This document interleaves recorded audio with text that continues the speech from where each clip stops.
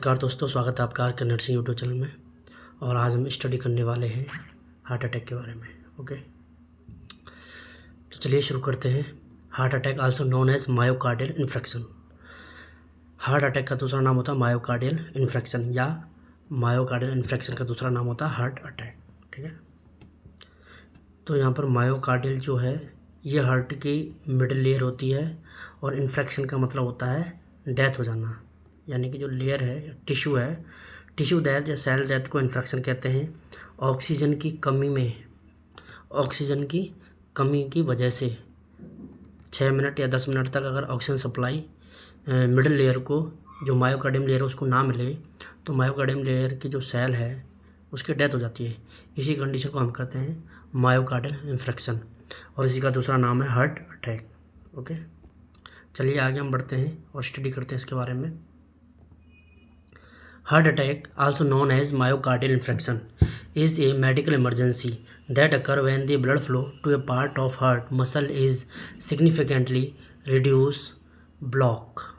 This interruption in blood flow can cause the affected heart tissue to become damaged or die if not properly treated. Okay, तो देखते हैं इसको। Heart attack क्या? Heart attack also known as myocardial infection. Heart attack को myocardial infection के नाम से भी जाना जाता है। इज ए मेडिकल इमरजेंसी, ये एक आपातकालीन स्थिति है। दैट अकर, ये होती है वैन, जब द ब्लड का flow to a part of heart muscle के किसी एक पार्ट में इज सिग्निफिकेंटली रिड्यूस, कम हो जाता है या ब्लॉक हो जाता है।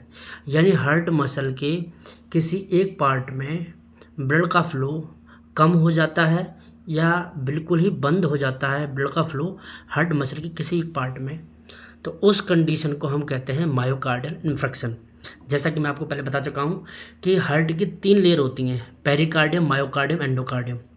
सबसे बाहर वाली जो लेयर होती है उसको कहते हैं पेरिकार्डियम, बीच वाली होती है उसको कहते हैं मायोकार्डियम, और अंदर वाली जो हार्ट की लेयर होती है उसको कहते हैं हम एंडोकार्डियम। जो ये बीच वाली लेयर है मायोकार्डियम, यही लेयर रिस्पॉन्सिबल होती है हार्ट के कॉन्ट्रैक्टिलिटी के लिए।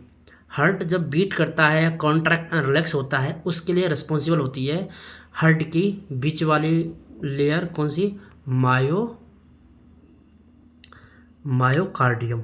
ठीक है, अगर मायोकार्डियम को ब्लड सप्लाई करने वाली ब्लड वेसल्स, हार्ट की बीच की लेयर है मायोकार्डियम, और इसको ब्लड सप्लाई करती है कोरोनरी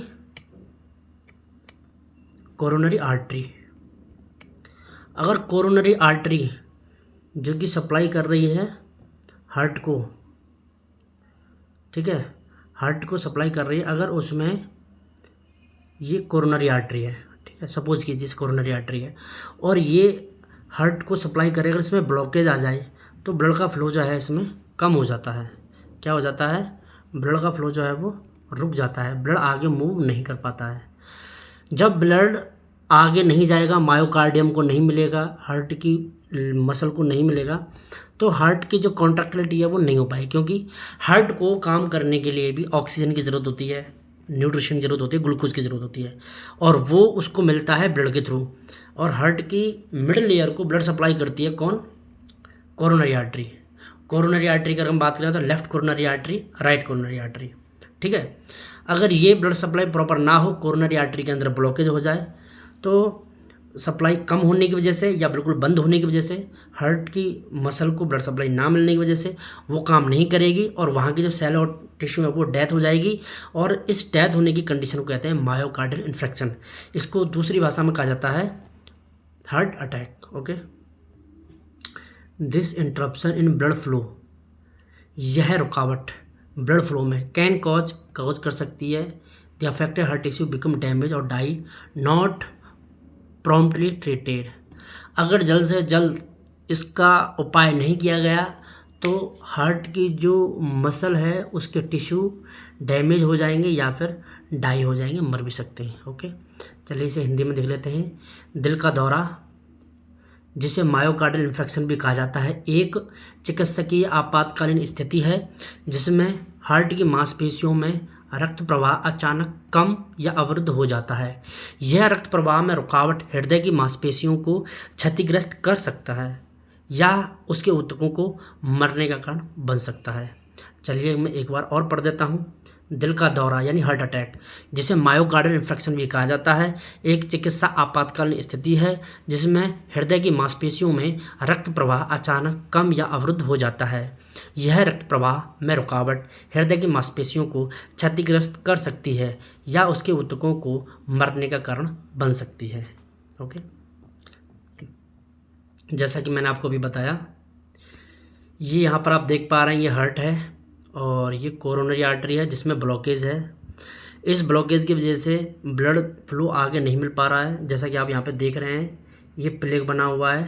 प्लेग के कारण जो है यहाँ पर ये रुकावट आ गई है और इस रुकावट की वजह से ही ब्लड का फ्लो आगे नहीं जा रहा है, जिसकी वजह से हार्ट की जो मसल है मायोकार्डियम, जो आगे का जो टिश्यू है, उनको प्रॉपर तरीके से ब्लड सप्लाई नहीं मिल पा रही है और उसकी वजह से ही यहाँ पर आप मसल की या टिश्यू की जो है टिश्यू डेथ देखने को मिल सकती है।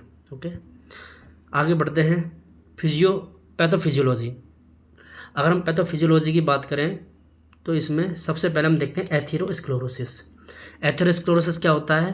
The primary underlying cause of most heart attack is atherosclerosis. This condition involve the building of plague. Plague क्या होता है? प्लेग की अगर हम बात करें, प्लेग होता है composed of fat, cholesterol and substance. Cholesterol, fat और अन्य सब्सटेंस का मिश्रण, इसे हम क्या कहते हैं? प्लेग, जो कि रुकावट पैदा करने के लिए जिम्मेदार होता है on the inner wall of coronary arteries. Inner wall of coronary artery, inner wall मतलब ये जैसे कोरोनरी आर्टरी है तो इसकी ये अंदर वाली जो लेयर है, कौन सी? ये लेयर, ये यहाँ पे इकट्ठा हो जाता है। कौन? प्लेग। प्लेग यहाँ इकट्ठा हो जाएगा तो ये क्या है? रुकावट पैदा करेगा। Okay, inner wall of the arteries which supply blood to the heart muscle. इसे आप हिंदी में देखते हैं। दिल के दौरे का प्रमुख कारण एथेरोस्क्लेरोसिस है, जिसमें कोरोनरी धमनियों की आंतरिक दीवारों पर प्लेग, वसा, कोलेस्ट्रॉल, अन्य पदार्थों से बना हुआ जमा हो जाता है। ठीक है, मैं दोबारा से पढ़ देता हूँ।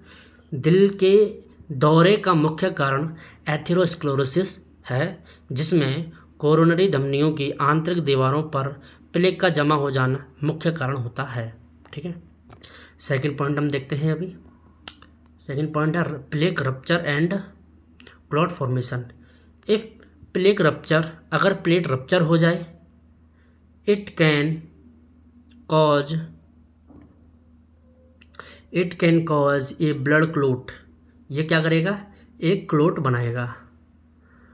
To form on the surface, this clot can either partially और completely block the flow of blood through the coronary artery. Okay, ये कहता है एक प्लेग रप्चर, अगर प्लेग रप्चर हो जाता है तो it can cause a blood clot, ये ब्लड का क्लोट बनाता है और जो कि कोरोनरी आर्टरी को रुकावट पैदा करने के लिए जिम्मेदार होता है। अब हम इसे हिंदी में देखते हैं। जब प्लेग फटता है तो उसके चारों ओर रक्त का थक्का बन सकता है, जो रक्त प्रवाह को गंभीर रूप से अवरुद्ध कर सकता है।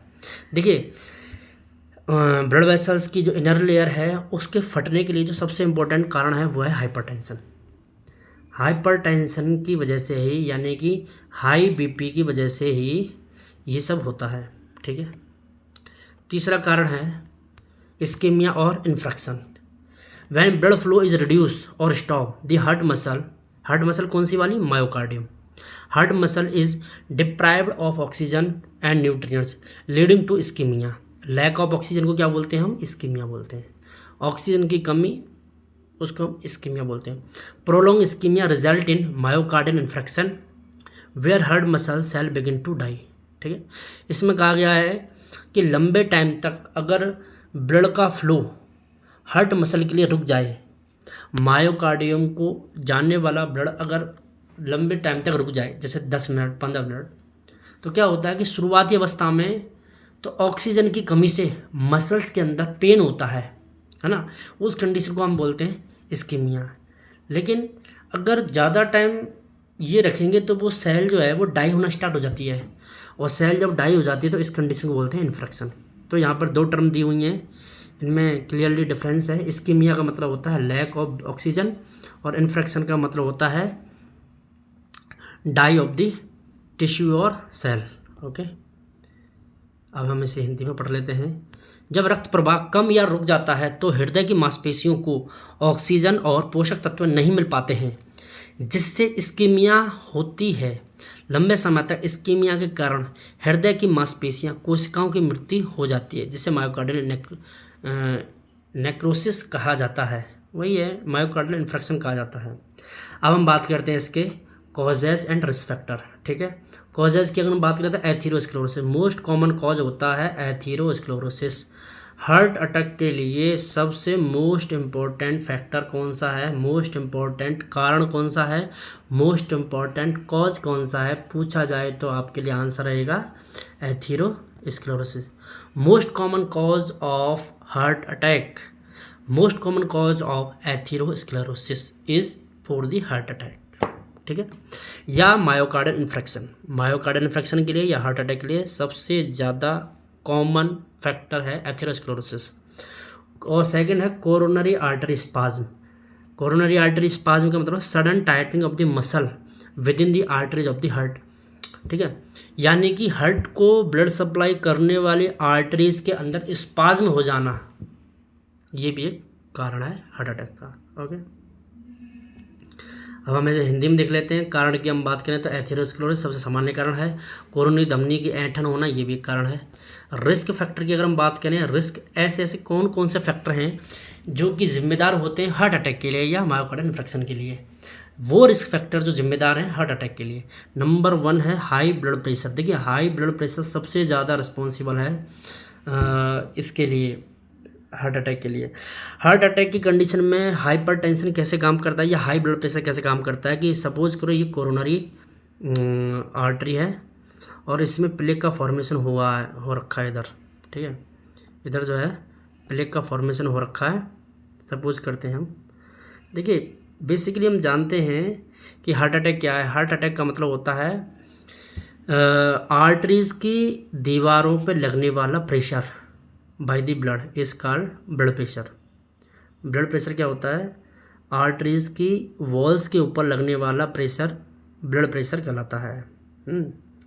अब एथीरोस्क्लेरोसिस के कारण, किसके कारण, एथीरोस्क्लेरोसिस के कारण क्या होता है कि ये जो वॉल है इसमें हार्डनिंग आ जाती है, इसकी इलास्टिसिटी क्या हो जाती है, कम हो जाती है। इलास्टिसिटी कम होने की वजह से जब प्रेशर बढ़ता है, इलास्टिसिटी कम होने की वजह से प्रेशर बढ़ता है, किसका, ब्लड का। और उसी प्रेशर के बढ़ने से, इंक्रीज होने से जो इनर लेयर है इंटिमा, वो डैमेज हो जाती है। इनर लेयर, कोरोनरी आर्टरी की जो इनर लेयर है वो डैमेज हो जाती है। और डैमेज होने से क्या होता है, वहाँ से जो है डैमेज होने से इंजरी हुई, इन्फेक्शन होता है, इन्फ्लामेशन होता है। इन्फ्लामेशन की प्रोसेस के दौरान वहाँ पर प्लेटलेट आकर के इकट्ठा होती हैं। ठीक है, प्लेटलेट आकर इकट्ठा होती हैं, WBC आकर इकट्ठा होती हैं और लिम्फोटिक सेल्स भी आकर इकट्ठा होती हैं, क्योंकि वहाँ पर इंजरी हुई है, डैमेज हुआ है, इंजरी हुई है। और उसी प्रोसेस में इन्फ्लामेशन के कारण वहाँ पर प्लेक जो है थ्रोम्बस बन जाता है। ठीक है, और उस थ्रोम्बस के कारण जो है ये जो लेयर है इसकी, वहाँ पर जो है रुकावट पैदा हो जाती है। ये थ्रोम्बस ही रिस्पॉन्सिबल होता है कोरोनरी आर्टरी की रुकावट के लिए। तो हाइपरटेंशन ऐसे काम करता है। ठीक है, सेकंड है high cholesterol level. High cholesterol level मैंने बताया था अभी कि ये क्या करता है, कोरोनरी आर्टरीज की हार्डनिंग के लिए रिस्पॉन्सिबल होता है, इनकी इलास्टिसिटी को कम कर देता है। और इलास्टिसिटी कम हो जाती है तो क्या होगा, इससे इलास्टिसिटी कम होने से जो ब्लड है उसका प्रेशर इंक्रीज हो जाएगा इनके वॉल्स के ऊपर और फिर इनर लेयर डैमेज हो जाएगी, ये इसका कारण बनता है। स्मोकिंग भी कोरोनरी आर्टरी और ब्लड वेसल्स की हार्डनिंग के लिए रिस्पॉन्सिबल होता है। डायबिटीज मेलाइटिस भी सेम यही काम करता है। ओबेसिटी, मोटापा भी यही काम करता है। सेडेंटरी लाइफ स्टाइल, खराब जीवन शैली, कब जागना, कब उठना है, क्या खाना क्या नहीं, फैटी फूड खाना, अल्कोहल कंजप्शन करना, ये सारी चीज़ें। Family history of heart disease, family में कभी किसी को हार्ट डिजीज़ हुई, ये भी एक रिस्पेक्टर है। एज जैसे जैसे उम्र बढ़ती जाती है वो भी एक कारण बनता है हार्ट अटैक का। उम्र बढ़ने के साथ साथ में जो ब्लड वेसल्स है उनकी इलास्टिसिटी कम होती जाती है, है ना, उनमें हार्डनिंग आती जाती है, ये भी कारण बनता है। स्ट्रेस भी इसके लिए रिस्पॉन्सिबल होता है, जो कि स्ट्रेस हार्मोन्स और एंजाइम्स रिलीज करता है, जो कि हाइपर टेंशन करने के लिए रिस्पॉन्सिबल होता है। ये सारी चीज़ें हैं। हम जैसे कि हिंदी में मैं बता चुका हूँ आपको, रक्तचाप, कोलेस्ट्रॉल, धूम्रपान, मधुमेह, मोटापा, ये सारी चीज़ें हैं। सिम्टम्स की अगर हम बात करें तो common symptom of heart attack के क्या हैं? कॉमन सिम्टम्स ऐसे क्या हम पेशेंट में देखेंगे कि हमें पता चल सके कि इस पेशेंट को हार्ट अटैक हुआ है, या फिर हार्ट अटैक का मरीज़ कौन कौन से सिम्टम्स शो करेगा? तो इसमें है चेस्ट पेन या discomfort, often describe a feeling of pressure, tightness, squeezing, chest pain. कैसा चेस्ट पेन होगा पेशेंट के अंदर? स्क्वीजिंग टाइप का चेस्ट पेन होगा। पेशेंट जो है अपने चेस्ट को पकड़ के बैठ जाएगा, उसे महसूस होगा कि उसका चेस्ट जो है एकदम टाइट हो गया है, उसका चेस्ट जो है एकदम टाइट हो गया। स्क्वीजिंग चेस्ट पेन होगा, एकदम स्क्वीजिंग, ठीक है, और उसे बहुत ज़्यादा प्रेशर फील होगा अपने चेस्ट के ऊपर। नेक्स्ट सिम्टम है radiating pain that spread to shoulder, arm, back, neck, jaw और स्टमक। यानी कि हार्ट अटैक का जो पेन है वो रेडिएट करता है shoulder, arm, back, neck, jaw और स्टमक। शॉर्टनेस ऑफ ब्रीथ भी इसका सिम्टम है। शॉर्टनेस ऑफ ब्रीथ का मतलब होता है डिफ़िकल्टी ऑफ फीलिंग विंडेड, मतलब कि व्यक्ति जो है, जो सांस जो ले रहा है, शॉर्ट हो जाती है, वो ब्रीथ जो ले रहा है वो शॉर्ट हो जाती है, बहुत ही कम सांस लेगा और जल्दी सांस लेगा, इसको बोलते हैं shortness of breath. Nausea, vomiting, cold sweat, पसीना आना, लाइट हेडेड और सडन डिजीनेस और सिर चक्कर आना, ये इसके सिम्टम देखने को मिलेंगे। सिर चक्कर आना, घबराहट होना, nausea, vomiting, pain radiate to shoulder, arm, back, neck, है ना, स्क्यूजिंग चेस्ट पेन, टाइटनेस, ये सारे इसके लक्षण देखने को मिलते हैं। हिंदी में अगर हम देखें तो दिल के दौरे के सामान्य लक्षणों में शामिल है सीने में दर्द होना, अक्सर दबाव, कसाव, जकड़न का एहसास होना, दर्द का फैलना, दर्द जो है कंधों, बाहों, पीठ, गर्दन, जबड़े, पेट में फैलता है, सांस लेने में कठिनाई, सांस का फूलना, सांस लेने में कठिनाई होना, मतली या उल्टी आना, ठंडा पसीना आना, हल्का सिर दर्द और चक्कर आना, ये सारे देखने को मिलते हैं। अब हम बात करते हैं डायग्नोसिस की, ओके, कि क्या क्या डायग्नोसिस हम कर सकते हैं हार्ट अटैक के पेशेंट में। तो हार्ट अटैक के पेशेंट में हम इलेक्ट्रोकार्डियोग्राम, ईसीजी कर सकते हैं, जिसमें हम क्या चेक करते हैं, measure the electrical activity of the heart की इलेक्ट्रिकल एक्टिविटी को मीजर किया जाता है। कैन आइडेंटिफाई एबनॉर्मल रिदम और partner individual of the heart attack. Heart attack की कंडीशन क्या है, जो रिदम है वो एबनॉर्मल दिखाई देती है, ओके। ब्लड टेस्ट करवा सकते हैं, ब्लड टेस्ट में डिटेक्ट एंजाइम लाइक ट्रोपोनिन के अंदर होता है ट्रोपोनिन आई, जो कि कार्डियक मार्कर है। ट्रोपोनिन आई को स्पेसिफिक कार्डियक मार्कर कहा जाता है। That are release into the blood when heart muscle cell are damage. जब भी हार्ट अटैक की कंडीशन में हार्ट की जो सेल है वो डैमेज होती है, तो वो सेल ट्रोपोनिन आई रिलीज करती हैं, जो कि स्पेसिफिक मार्कर होता है। ये मार्कर यानी ये ट्रोपोनिन आई ब्लड में मिलता है और ब्लड से हमें डिटेक्ट होता है कि पेशेंट को क्या हुआ है, हार्ट अटैक हुआ है। ब्लड टेस्ट करने पर ये पता चलता है, ठीक है। इमेजिंग टेस्ट के अंदर echocardiogram, CT scan, MRI, visualise function और स्ट्रक्चर, ये सारी चीज़ें हम चेक करते हैं। डायग्नोसिस हिंदी में अगर हम देखें इसको तो हृदय की विद्युत गतिविधि को मापना, असामान्य रिदम या पैटर्न को पहचान सकते हैं जो दिल के दौरे का संकेत दे सकता है। रक्त परीक्षण के लिए ट्रोपोनिन जैसे एंजाइम का पता लगाना जो हृदय की मांसपेशियों को नुकसान पहुंचाने पर रक्त में जारी होते हैं। इमेजिंग परीक्षण के लिए हृदय के कार्य संरचना को देखने के लिए इकोकार्डियोग्राम, सीटी स्कैन और एमआरआई का उपयोग किया जाता है। अब हम बात करते हैं ट्रीटमेंट के लिए। हार्ट अटैक के लिए क्या ट्रीटमेंट हमें प्रोवाइड करना चाहिए? इमीडिएट मेडिकल केयर, क्योंकि ये क्या है, एक इमरजेंसी, क्या है ये, इमरजेंसी कंडीशन है, आपातकालीन कंडीशन है, फटाफट तुरंत इलाज चाहिए इसके लिए, वरना पेशेंट की डेथ हो सकती है, ओके। तो मेडिकेशन के अंदर हम देखते हैं एंटी प्लेटलेट एजेंट। मैंने अभी आपको बताया था कि कोरोनरी आर्टरी है, अगर उसकी इनर लेयर इंटीमा डैमेज होती है तो यहाँ पर प्लेटलेट आएगी, इकट्ठा हो जाएगी और ब्लॉकेज बनाएगी। तो हमें क्या है, प्लेटलेट को इकट्ठा होने से रोकना है, तो हम देंगे एंटी प्लेटलेट एजेंट जैसे कि एस्पिरिन, ठीक है। अगर थ्रोम्बस बन गया है तो थ्रोम्बस को तोड़ने के लिए हम देंगे थ्रोम्बोलाइटिक ड्रग्स, ठीक है, और एंटी कोगुलेंट ताकि कोगुलेशन ना हो, बीटा ब्लॉकर देंगे, एसी इनहिबिटर्स देंगे और स्टेटिन्स देंगे, ठीक है। ऑक्सीजन थेरेपी देंगे, oxygen therapy to ensure the heart receive adequate oxygen, ताकि हार्ट को प्रॉपर ऑक्सीजन मिले और वो अच्छे से काम कर सके, ठीक है। अब हम बात करते हैं कि सर्जिकल इंटरवेंशन की। सर्जिकल में क्या करेंगे हम? सर्जिकल में हम कर सकते हैं एंजियोप्लास्टी एंड स्टेंटिंग, एंजियोप्लास्टी और एंड स्टेंटिंग कर सकते हैं। ये क्या होता है एंजियोप्लास्टी एंड स्टेंटिंग क्या होता है? ये प्रोसीजर टू ओपन ब्लॉकेज, एक ऐसा प्रोसीजर जो कि ब्लॉकेज को ओपन करता है। Artery using a balloon and place a stand to keep the artery open. मतलब कि एंजियोप्लास्टी में क्या होता है, देखिए सपोज करते हैं कि कोरोनरी आर्टरी है और यहाँ पर ये जो है ये थ्रोम्बस बना हुआ है, ठीक है। हम मान लेते हैं कि यहाँ पर ये जो है थ्रोम्बस, ये प्लेग बना हुआ है, ठीक है, ये प्लेग बना हुआ है। हम मान लेते हैं कि ये प्लेग बना हुआ है और ब्लड के फ्लो होने के लिए केवल और केवल हम कहते हैं कि ये ब्लड के फ्लो होने के लिए केवल इतना सा ब्लड फ्लो हो रहा है, ठीक है। तो अब हमें करना क्या है कि हमें ये जो प्लेग है, ये प्लेग जो है हमें रिमूव करना है। तो डॉक्टर क्या करते हैं कि वो एक स्टैंड में बलून लगाकर डालते हैं। बलून इधर आएगा, बलून यहाँ पे आएगा, बलून इधर आएगा और बलून अगर इधर आता है तो वो बलून से क्या है कि इसको बलून को ओपन करके और इसको क्लियर कर देते हैं, ठीक है।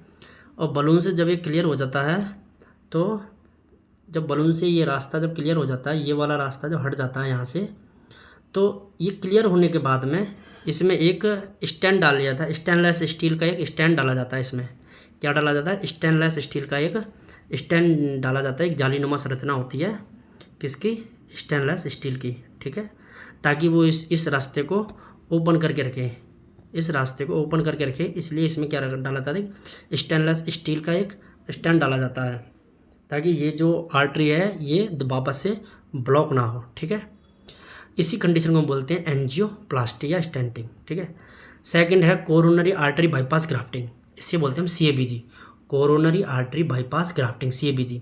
इसमें क्या होता है? Surgery that uses vessels from other parts of the body to create a bypass around the blockage coronary artery. देखिए कोरोनरी आर्टरी बाईपास में क्या करते हैं, जैसे कि सपोज कीजिए, हम सपोज करते हैं कि ये जो है ये ब्लड वेसल है, ठीक है, ये ब्लड वेसल है। इस ब्लड वेसल्स के अंदर यहाँ पे हम मानते हैं कि इस जगह जो है ब्लॉकेज बना हुआ है और यहाँ से जो है आगे ब्लड का फ्लो नहीं हो रहा है, ब्लड फ्लो यहाँ से नहीं हो रहा है, ठीक है।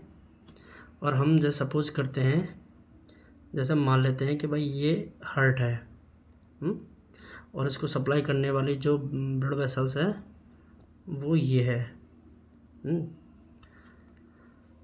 और हम सपोज करते हैं इसमें यहाँ पे ब्लॉकेज बना हुआ है, ठीक है।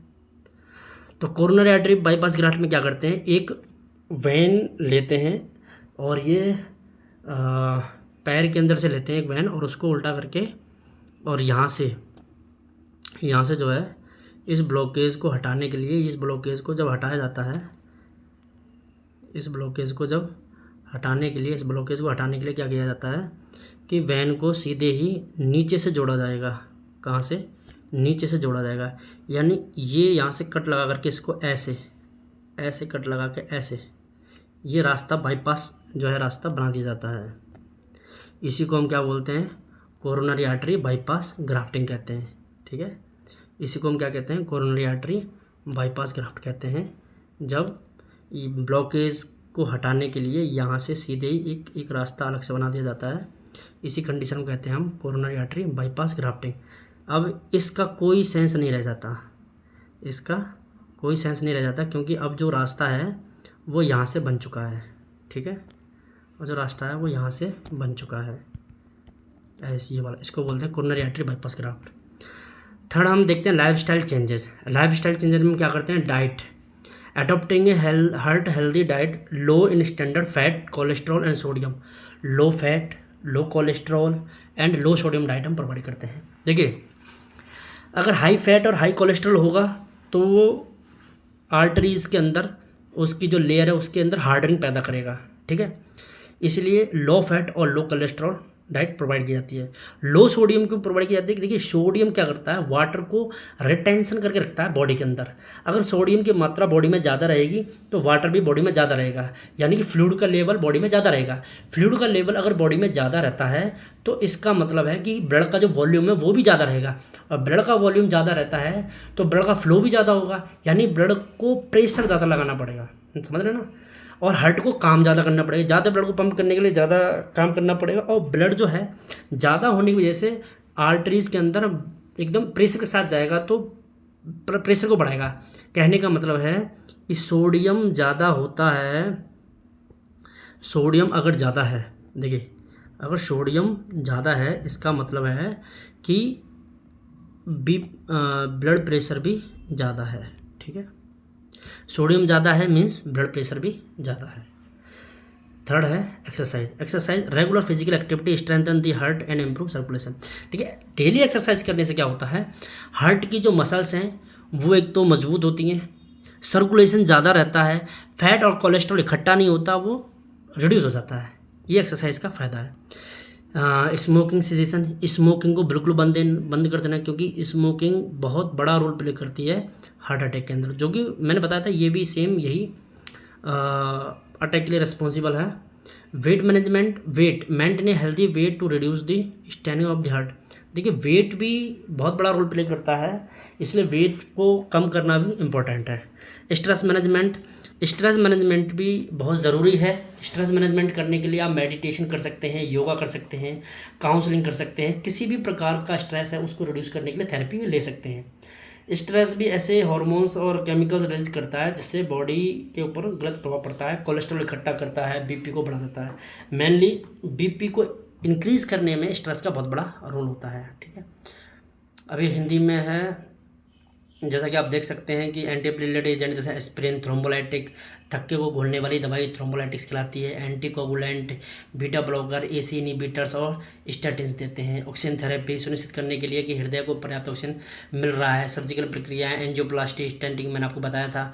कोरोनरी आर्टरी बाईपास ग्राफ्ट करते हैं। जीवन शैली में परिवर्तन करते हैं। संतुलित आहार, स्वस्थ आहार, ठीक है ना, व्यायाम के लिए व्यक्ति को मोटिवेट करते हैं और उसको अलग अलग तरीके के व्यायाम के बारे में बताते हैं। धूम्रपान करने से मना करते हैं। ये सारी चीज़ें वजन का प्रबंधन ही आएंगी, वही मैंने जैसा कि बताया था, और स्ट्रेस को मैनेजमेंट करने के लिए। अब बात करते हैं हम प्रिवेंशन की, कि प्रिवेंशन के लिए क्या करना चाहिए, ठीक है।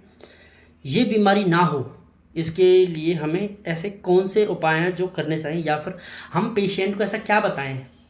बहुत सारे लोग आते हैं जो पूछते हैं कि सर हमें हार्ट अटैक आज के टाइम में बहुत सीरियस कंडीशन है और बहुत हार्ट अटैक देखने को मिल रहे हैं, तो हम ऐसा क्या करें कि हमें हार्ट अटैक ना आए, और हम आने से पहले ही हम उसके बारे में कुछ ऐसे मेजर्स कर सकें, ऐसे उपाय कर सकें ताकि हमें कभी हार्ट अटैक ना हो।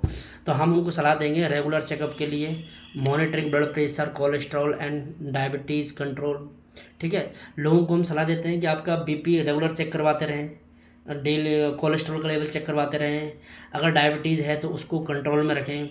हेल्दी लाइफस्टाइल चॉइस जैसे कि बैलेंस डाइट के लिए मोटिवेट करते हैं, रेगुलर एक्सरसाइज के लिए और स्मोकिंग को अवॉइड करने के लिए मोटिवेट करते हैं, ठीक है। मेडिकेशन जैसे हेल्थ केयर प्रोवाइडर, अगर आपको कोई मेडिकेशन चल रही है तो उनके बारे में हम उनको बताते हैं कि आपको ऐसे क्या क्या उपाय हैं जो मेडिकेशन के रिलेटेड करने चाहिए। और सभी दवाइयों के बारे में जैसे कि हम बताते हैं कि आपको हमेशा अपने घर में एस्पिरिन और नाइट्रोग्लिसरीन जो है अपने उसमें घर में रखनी चाहिए, ताकि ये इमरजेंसी के समय काम आ जाती हैं। Okay, heart attack are a serious condition but with prompt treatment and lifestyle changes the risk can be manage. देखिए हार्ट अटैक क्या सीरियस कंडीशन, लेकिन अगर आप प्रॉपर ट्रीटमेंट और लाइफ स्टाइल में चेंजेस करते हैं तो इसके रिस्क को भी आप मैनेज कर सकते हैं। रिकवरी इज़ पॉसिबल, अगर आप पूरे तरीके से लाइफ स्टाइल को चेंज करके रखेंगे, अपने ट्रीटमेंट पे ध्यान देंगे, तो मैं श्योरली कह सकता हूँ कि आपकी जो है रिकवरी पॉसिबल है। इसमें आपकी या किसी भी व्यक्ति की जान को बचाया जा सकता है। It is crucial to recognize the symptom and seek immediate medical attention if a heart attack is suspected. तो क्या होता है कि अचानक किसी को हार्ट अटैक आ जाए तो उस कंडीशन में एक तो ये पता लगाना कि इसको हार्ट अटैक ही हुआ है ना, ये थोड़ा सा मुश्किल काम है। और होता क्या है कि जब किसी व्यक्ति को हार्ट अटैक आता है तो उसे हॉस्पिटल तक पहुंचाने में ही व्यक्ति रास्ते में दम तोड़ देता है। तो ऐसी कंडीशन में हमें क्या है कि अवेयरनेस को फैलाना ज़्यादा ज़रूरी है। सब लोगों को अवेयर करना हार्ट अटैक के कारण, सिम्टम्स, उसके प्रिवेंशन के उपाय और वो मेडिकेशन जो उन्हें इमरजेंसी के टाइम पर रहनी चाहिए उनके बारे में। और सबसे बेस्ट तरीका होता है आप अपनी लाइफस्टाइल को मैनेज करें, स्मोकिंग, अल्कोहल इनसे दूर रहें, है ना, कोलेस्ट्रॉल, लो फैट डाइट, लो कोलेस्ट्रॉल और हेल्दी डाइट, योगा, व्यायाम और रनिंग, इन सब चीज़ों पे ध्यान दें। ठीक है, अपना अगर आप किसी को डायबिटीज़ है तो डायबिटीज़ को कंट्रोल में रखें। ये सारी चीज़ें हैं जो व्यक्ति के जीवन के लिए अति आवश्यक होती हैं। ठीक है, अब हम बात करते हैं कॉम्प्लिकेशंस के बारे में कि हार्ट अटैक की वजह से क्या क्या और अन्य कॉम्प्लिकेशंस हो सकती हैं, क्या क्या और अन्य जटिलताएं हो सकती हैं। Heart attack can lead to very complications, various complications, some of which can be life threatening, hence are common complication. मतलब हार्ट अटैक की वजह से और भी अलग समस्याएं पैदा हो सकती हैं। ठीक है, अलग जटिलताएं पैदा हो सकती हैं। दिल का दौरा कई जटिलताओं का कारण बन सकता है जिनमें कुछ जीवन के लिए खतरा हो सकती हैं। यहाँ कुछ सामान्य जटिलताएं दी गई हैं। क्या क्या जटिलताएं हैं या क्या क्या कॉम्प्लिकेशन है हार्ट अटैक के। नंबर 1 है एरिथमिया। एरिथमिया का मतलब होता है रिदम का गड़बड़ हो जाना। Irregular heart beat cause damage to the heart electrical system. Arrhythmia यानी रिदम का गड़बड़ हो जाना can lead to condition like जैसे कि एरिथमिया के अगर हम एग्जाम्पल की बात करें तो atrial fibrillation, ventricular tachycardia, ventricular fibrillation, ये एरिथमिया के ऐसे सिम्टम हैं जिनकी वजह से हार्ट मसल डैमेज हो सकती है। आगे जैसे कि हम देखते हैं हार्ट फेलियर, ये भी एक कॉम्प्लिकेशन है किसका, हार्ट अटैक का। When a significant portion of the heart muscle is damage the heart may struggle to pump blood efficiently can result in chronic heart failure requiring long term management.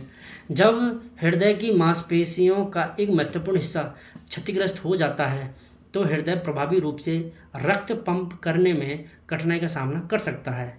इसमें दीर्घकालीन प्रबंधन की आवश्यकता वाले chronic heart failure का कारण बन सकता है। ठीक है, उसके बाद में cardiogenic shock, severe damage to heart muscle can lead to inadequate pumping of blood causing a significant drop in blood pressure, reducing immediate medical attention and often medical support. ठीक है, हृदय की मांसपेशियों को गंभीर क्षति के कारण रक्त पंप करने की कमी हो जाती है जिससे रक्त में महत्वपूर्ण गिरावट आ जाती है। इसके लिए तत्काल चिकित्सा निदान और आपातकाल स्थिति को मैनेज करने की जरूरत होती है। कार्डियोजेनिक शॉक की हम बात करें तो कार्डियोजेनिक शॉक का मतलब होता है, देखिए शॉक का मतलब होता है कि जब कभी भी बॉडी की डिमांड के अनुसार ब्लड सप्लाई नहीं होती है, उस सप्लाई की कमी की वजह से बॉडी के जो अंग हैं वो डैमेज हो सकते हैं, उस कंडीशन को हम शॉक कहते हैं। अब कार्डियोजेनिक शॉक का मतलब होता है हार्ट इनएडिक्वेट ब्लड सप्लाई कर रहा है, पर्याप्त मात्रा में ब्लड सप्लाई नहीं कर पा रहा, जिसके कारण बॉडी के जो अंग हैं वो खराब हो सकते हैं। इसी को हम बोलते हैं कार्डियोजेनिक शॉक। तो ये भी हार्ट अटैक के कारण देखने को मिल सकता है। हार्ट रप्चर हो सकता है, the damage heart muscle can tear leading to rupture of the heart wall, septum, papillary muscle, this is a critical condition requiring emergency surgery. क्षतिग्रस्त हृदय की मांसपेशियां फट सकती हैं जिससे हृदय की दीवार, सेप्टम, पेपलरी मसल्स में टूटन हो सकती है। यह एक गंभीर स्थिति है जिसके लिए आपातकालीन सर्जरी की आवश्यकता होती है। पेरिकार्डाइटिस हो सकता है। पेरिकार्डाइटिस देखो आउटर मोस्ट लेयर जो है हार्ट की उसे हम पेरिकार्डियम कहते हैं और उसके अंदर अगर इन्फ्लामेशन हो जाता है तो उस कंडीशन को कहते हैं pericarditis. Inflammation of the pericardium is called pericarditis. ठीक है, ये भी हार्ट अटैक का कारण हो सकता है। थ्रोम्बो एम्बोलिज्म, थ्रोम्बो एम्बोलिज्म का मतलब होता है, देखिए थ्रोम्बस का मतलब होता है क्लोट का बनना और एम्बोलाई का मतलब होता है मूव, मतलब जब ब्लड का थक्का बन जाता है और वो ब्लड वेसल्स में घूमता रहता है या कहीं जा करके एक जगह से दूसरी जगह ट्रेवल करके चला जाता है, इसी को हम बोलते हैं थ्रोम्बो एम्बोलिज्म। देखिए इसको हम पढ़ते हैं। Blood clot form in the heart can travel to other part of the body causing a stroke or pulmonary embolism. Anticoagulant medication may be required to prevent this. हृदय में बने रक्त के थक्के शरीर के अन्य हिस्सों में जा सकते हैं जिससे स्ट्रोक या पल्मोनरी एम्बोलिज्म हो सकता है। ठीक है, इसमें इसे रोकने के लिए एंटीकोगुलेंट दवाओं की आवश्यकता होती है। देखो यहाँ पे एक शब्द आया पल्मोनरी एम्बोलिज्म। पल्मोनरी एम्बोलिज्म का मतलब होता है लंग्स को सप्लाई करने वाली ब्लड वेसल्स में ब्लड का थक्का बनना या वहाँ पर जा कर के ब्लड का थक्का इकट्ठा हो जाए और ब्लड सप्लाई को अवरुद्ध कर दे, इस कंडीशन को हम बोलते हैं पल्मोनरी एम्बोलिज्म। इसके लिए ट्रीटमेंट में हम एंटीकोगुलेंट दवाओं का इस्तेमाल करते हैं। नेक्स्ट है वेंट्रिकुलर एन्यूरिज्म। वेंट्रिकुलर एन्यूरिज्म का मतलब था ए बल्जिंग और ballooning of the heart wall, यानी बलून बन जाना या बल्जिंग बन जाना हार्ट वॉल का डैमेज एरिया में, इसे हम क्या बोलते हैं, एन्यूरिज्म बोलते हैं। वेंट्रिकुलर एन्यूरिज्म का मतलब होता है जो हार्ट के वेंट्रिकल्स हैं वहाँ पे अगर बलून की कंडीशन बन जाती है, ठीक है। जैसे कि मैं आपको इमेज अगर मैं बना के दिखाऊं तो हम जैसे सपोज करते हैं कि ये हार्ट है, ये है हमारा हार्ट और ये वेंट्रिकल है, तो इसमें ऐसे बलूनिंग बन गई है। यहाँ पर ये आउट पाउचिंग बन, जैसे कि मैं कहूँ यहाँ पर ये आउट पाउचिंग बन गई है, यहाँ पर जैसे कि ये आउट पाउचिंग बन गई है। इसी कंडीशन को हम क्या बोलते हैं, इसी कंडीशन को हम बोलते हैं एन्यूरिज्म, वेंट्रिकुलर एन्यूरिज्म, ठीक है। तो यहाँ पे बताया गया है कि क्षतिग्रस्त क्षेत्र में हृदय की दीवार का उभार या गुब्बारा बन जाना, इसे हम क्या कहते हैं, ventricular aneurysm. Recurrent heart attack का नेक्स्ट सिम्टम होता है रिकरेंट हार्ट अटैक, बार बार हार्ट अटैक आना। पुनः दिल का दौरा होने का जोखिम बढ़ जाता है, खासकर यदि जीवन शैली में परिवर्तन और चिकित्सक प्रबंधन का पालन नहीं किया जाए तो। यानी कि अच्छे तरीके से आप डॉक्टर की सलाह नहीं लेंगे, एक बार हार्ट अटैक आ गया इसका मतलब है आपको दोबारा भी आएगा, तीसरी बार भी आएगा। अगर आपको इस रिस्क को कम करना है तो डॉक्टर की सलाह लें, प्रॉपर ट्रीटमेंट लें, थेरेपी लें, अपनी लाइफस्टाइल को चेंज करें, खान पान में सुधार करें, high fat high cholesterol food को अवॉइड करें, ठीक है। योगा, व्यायाम और स्ट्रेस को दूर करने वाले संसाधनों का, जीवन शैलियों का इस्तेमाल करें। दिल का दौरा होने के बाद इन जटिलताओं का प्रबंधन रोकथाम करना अत्यंत महत्वपूर्ण है और इसके लिए निरंतर चिकित्सा देखभाल और स्वास्थ्य जीवन शैली की आवश्यकता पड़ती है। Okay, thank you. आपको हमारा वीडियो कैसा लगा प्लीज़ कमेंट में ज़रूर बताएं। Okay, thank you.